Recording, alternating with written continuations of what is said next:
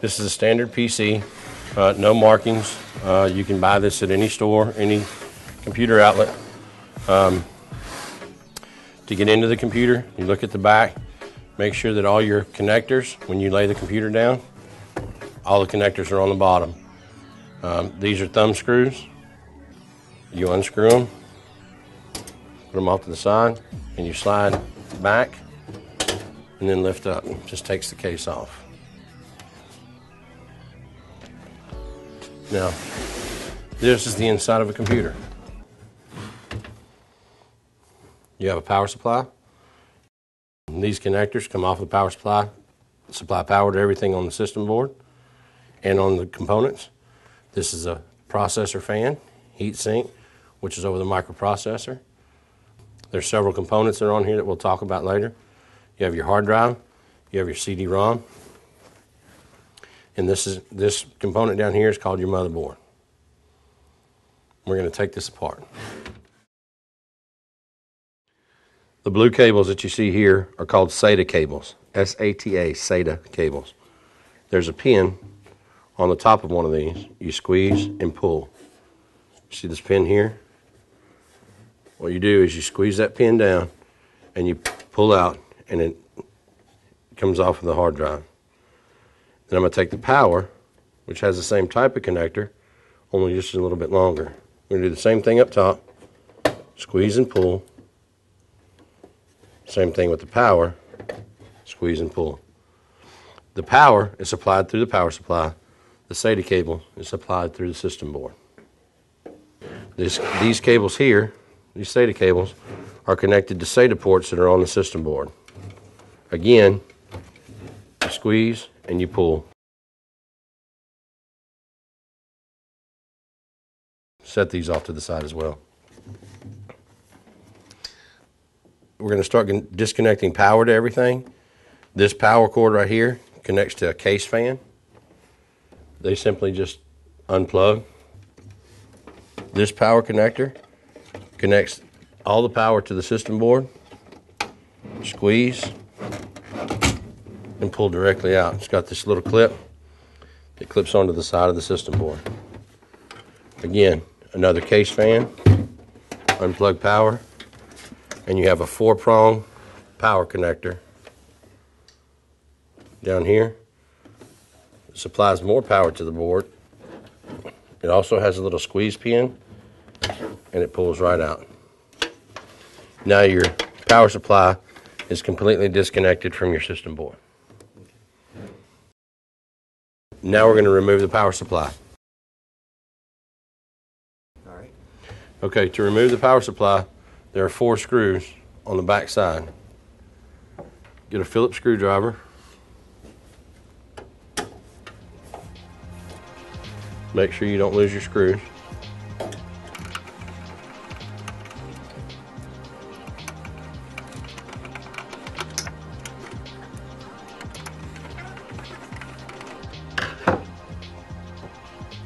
Once you finish taking out all 4 screws, power supply should just slide forward, tilt back towards the board, and lift straight out.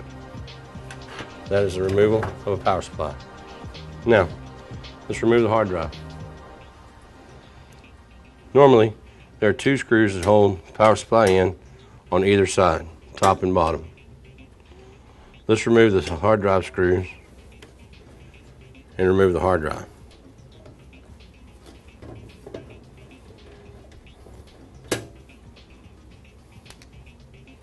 Slides forward, and your hard drive has been removed. If you have screws on the other side, on the opposite side, stand the computer back up, remove the screws on what we call the bottom side, remove your thumb screws, slide the tray, open up that portion of your computer. These 2 screws will release the CD-ROM drive.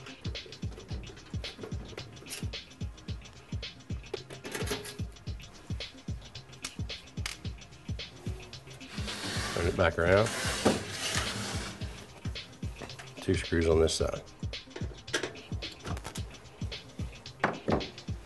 Once you've removed the screws from the CD-ROM, push from the back out forward, and your CD-ROM slides forward.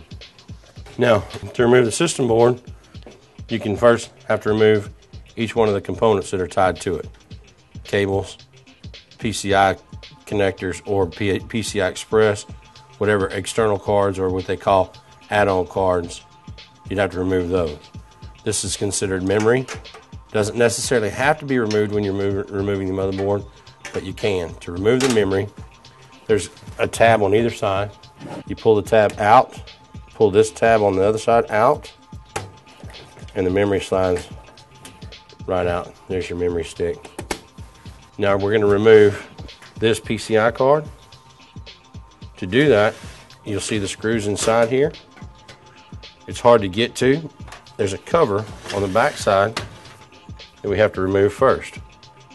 This is not normal on all computers. Some of the big box computers do not have these. Most custom cases will. Remove your case. It exposes all your screws. You find which one has the silver tab. That usually indicates an add-on card. Unscrew it. Go back into the case. Grab both corners and pull straight out. This will take your card, your PCI card, off of the system board. Now, most of the cables that you see here come from the front panel.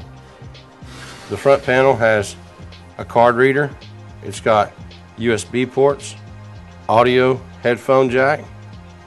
It's got a power button, a power LED or power light, and it's got indicators for your hard drive and other lights on the front. So what we want to do is disconnect those cables from your system board.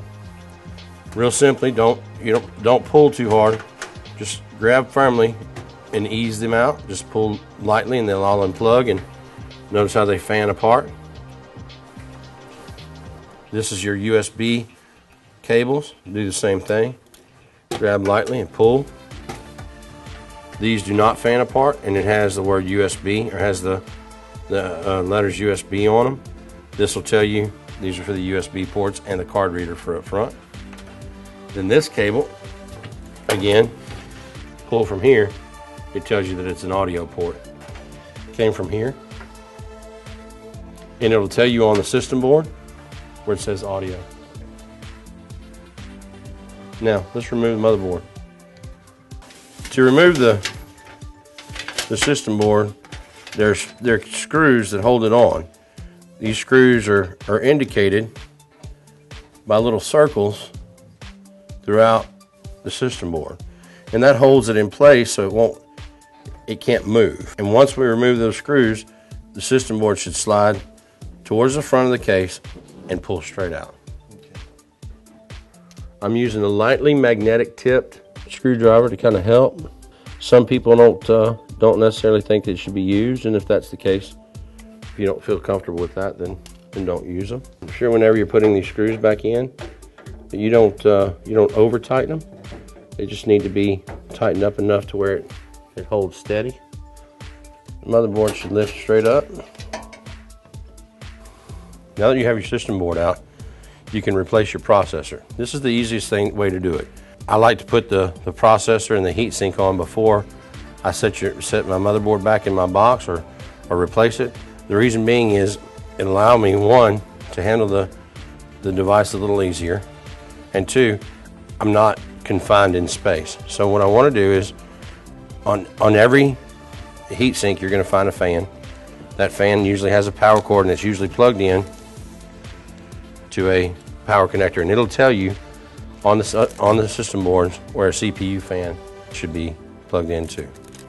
This is on an anti-static bag so that you don't any static electricity to the system board. Unplug your power. Again, you don't have to yank on them, just slightly pull them out. There's a screw inside of each one of these that you can remove the fan. Some people remove the fan, or you can just remove it by this. Take that lever and you lift it up. Get you a flathead screwdriver. Push down and it releases it on this side. Once it releases from this side, you can release it from that side, and your whole processor should lift right off of there. Now, this processor is mounted, it's not mounted, but it's stuck to the heatsink because of the heatsink paste. Take your screwdriver and lightly turn it, and that should break it loose, and that is your processor. This is the arm that it comes off of, locks it into place. On each processor, you have a row of pins. They have a pattern inside. You'll notice that there's 4 holes missing. There's also 4 holes on the system board itself on the processor socket. When you match up your triangles, you set it back down into place. That pattern will match up. You don't want to force it. It should drop right into place if you match up your triangles. You lock it back down, and you're finished. So let's talk about the components on the system board. This is your power, main power from your power supply. This is a IDE connector for the older IDE hard drives or CD-ROMs. This is a floppy drive connector, just in case you have a floppy drive, which they don't really make hardly anymore. These are SATA connectors. SATA stands for Serial ATA. If you notice inside, they're very distinctive. Your SATA 0 is your highest port. It's your main port where your hard drive would plug to. And then you have your SATA 1, 2, 3 on the other side for any others. You have PCI slots. You have a video port. The only thing that fits in this port would be a video card, PCI Express video card. You also have a PCI Express 2, which is another video card. These pinouts up here is where you would plug your front panel for your power switch and your front speaker, or the LED lights. This is your USB ports. You'll notice what it says up here. These are both your USB connectors for the front. This is a communications port in case you have a communications card in the front. You also have on the back, you have audio ports, which is your speaker, microphone, your headphone jacks. You have an Ethernet connector for your network. You have 2 USB ports here, 4 more on this side. You have a DVI port. You have a VGA port. Both of these are video. You have, if you notice, this one's green and purple. This is a PS2 port. You can plug either a mouse or a keyboard. And then you have 2 more USB ports on the front side. Your memory sockets, you have 2 DDR memory sockets right here. This processor is an AMD processor. You can tell because it says AM3 or AM2 Plus. This is your processor socket. These are the mounts for your heatsink. This is your Gigabyte motherboard. This is a chipset heatsink. It keeps your chipset cold or cool. Then you have a variety of capacitors and resistors and different little chips on the board that'll help you. This is called a CMOS battery. You have your audio port. That's the basic components of a system board. And all system boards are different. Some of them won't have a floppy port. Some of them will not have an IDE port anymore. Everything's going to SATA drives. You may not have a PCI Express connector anymore. You may just have the PCI 2. You may not even have any PCI connectors. This is your 4-port power connector, which supplies power to the processor and all the ports in the back here. This power connector supplies ports to power to everything else. And that's basically the components. You have fans to plug in here on either side. This is right here for SPDIF is surround sound I/O right here. Another audio port, and that's your basic components. Now that we have everything apart, we're going to put everything back together. We have our processor back in, and it's locked down. The good thing to remember is the paste that you see on here. Anytime you're putting a processor back on, you want to add some type of thermal paste back on between the processor and the heatsink itself to kind of keep that section cool. So what we're going to do is we're going to turn this all the way back around just like we had it, and we're going to set it back in place. We're going to turn it, and we're going to make sure that it's locked down on this side here. So when we turn it back, the other side, this portion, we have to push down on just a little bit to where it locks into place. Now that we've got this pushed down on both sides, we're going to lock the lever in place, and that keeps this from moving. Now we take our power connector, 4-port power connector. It's got the little slide so it tells you which way it's supposed to go, and it slides all the way down to the bottom until you hear it connect. Now that we have this in place, we can add our memory back as well. The memory can go in on the outside just as easy as it can on the inside. So we want to line up the grooves with the grooves that are in the system boards themselves. So we want to make sure that the grooves match up before we insert it. We want to make sure our tabs are open on both sides. There's a rail that it goes into here and here. And then you want to push down on both sides firmly until you hear it click. If you have two, you can put it on either one of them. If you have an additional memory, you can add that to it as well. This just has a single stick of memory in it. And we'll get into that further in another video, what type of memory and what type of slot. So now we're ready to put this back into the system board and right back into the computer. So we take our case like we had before. It's empty, and we want to add the system board back in. So we're going to lay it back down. We're going to put the motherboard back in. Notice on the back how you have your holes aligned where each one of the components go, and it tells you where the keyboard or mouse, and it tells you all the other things, and we want to align the back of these with the ports that are on the back of this. Now anytime you buy a system board, this plate pops in and pops out, so it doesn't matter if you have a generic case and a generic motherboard. You can pop this portion of the case out and put the one that comes with your new board in so it matches up. So let's set our case back down. You want to take your system board, make sure that your components are facing the back. You want to go in an angle, moving all your cables out of the way. You want to make sure that it matches up with all your components in the back. Make sure that nothing is poked out. Make sure that you're all in the right place. And you want to make sure that you can see your screw holes and that they're matched up as well.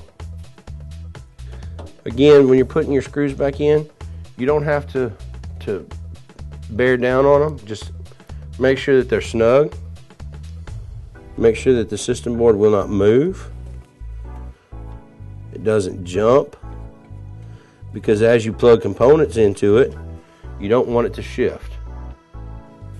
The ones back here by the back of the system board are the ones that are a little more tough to get to because of the lip on here. Just you can use a shorter screwdriver or an actual longer screwdriver just to get your screwdriver away from the edge there.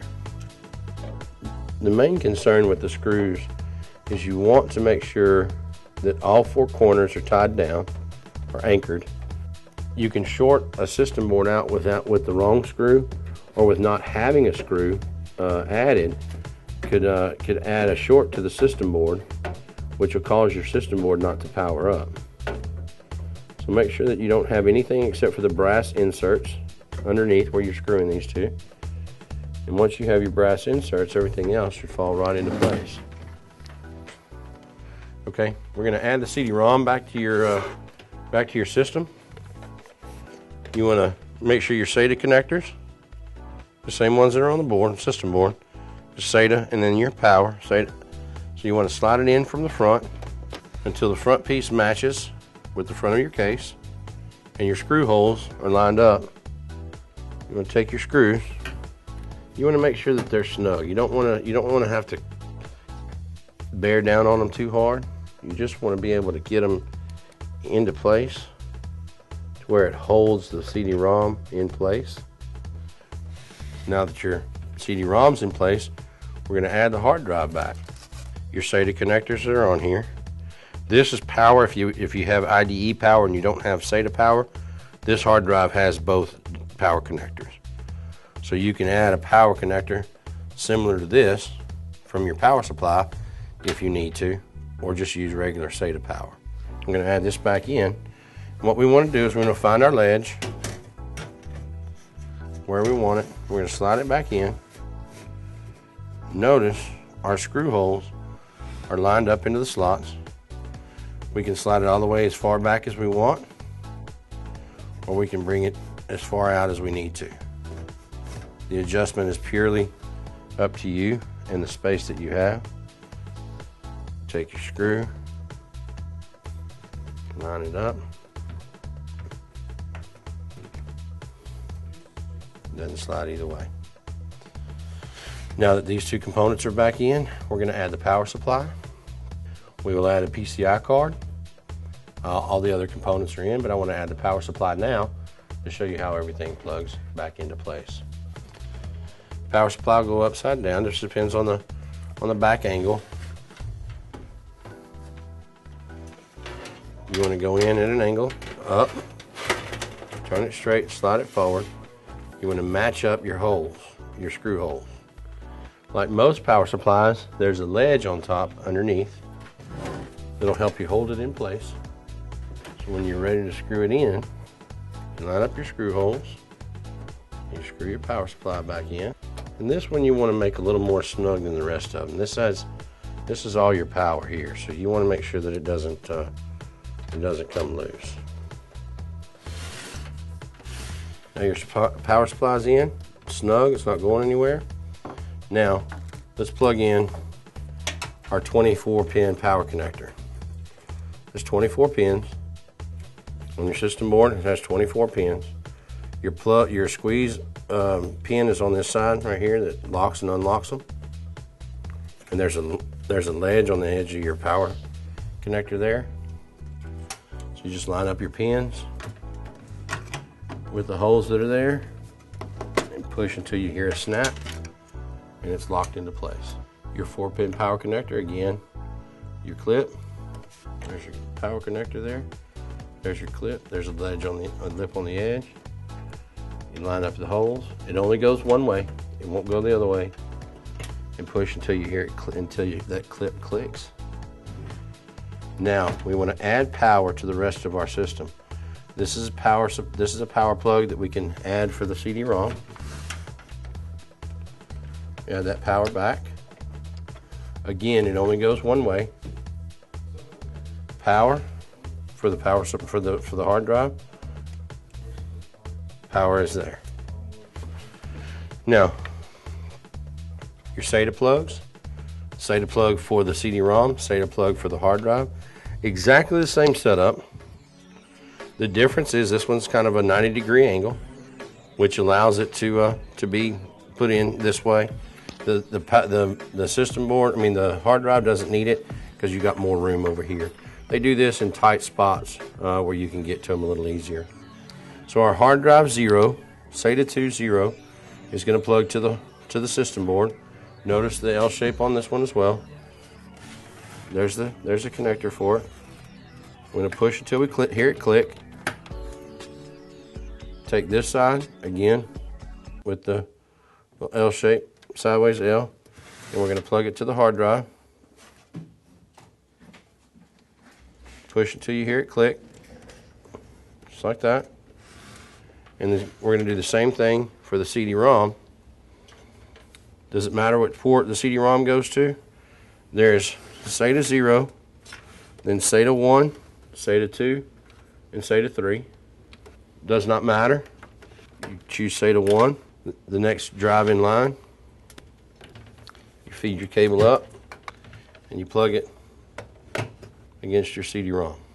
You want to try to keep your cables as neatly as possible. That way they're not running into your fans, and you're not cumbersome. And then you have your other cables that plug into your system board as well. So let's start off with the audio cable. And if you remember, the audio plug was back here. Notice the pins on this have a certain pin out. There's 5 pins, then there's 3, and number 4 is missing, and we have 5 again on the other one as well. The same pin out is on this. We have 5 pins, we have 3, 1 missing, and then 5.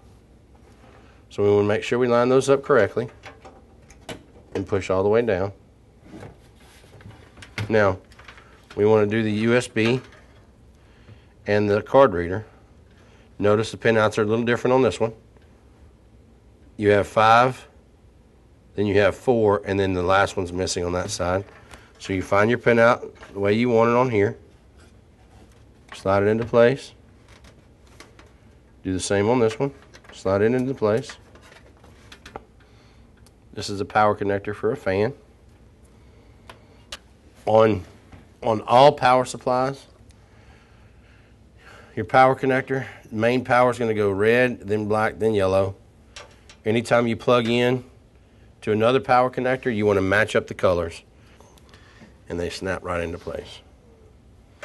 This one doesn't have red and black, so we want to make sure that the red is going to this power here, so we want to go ahead and slide it in place as well. This is a power LED, positive and negative.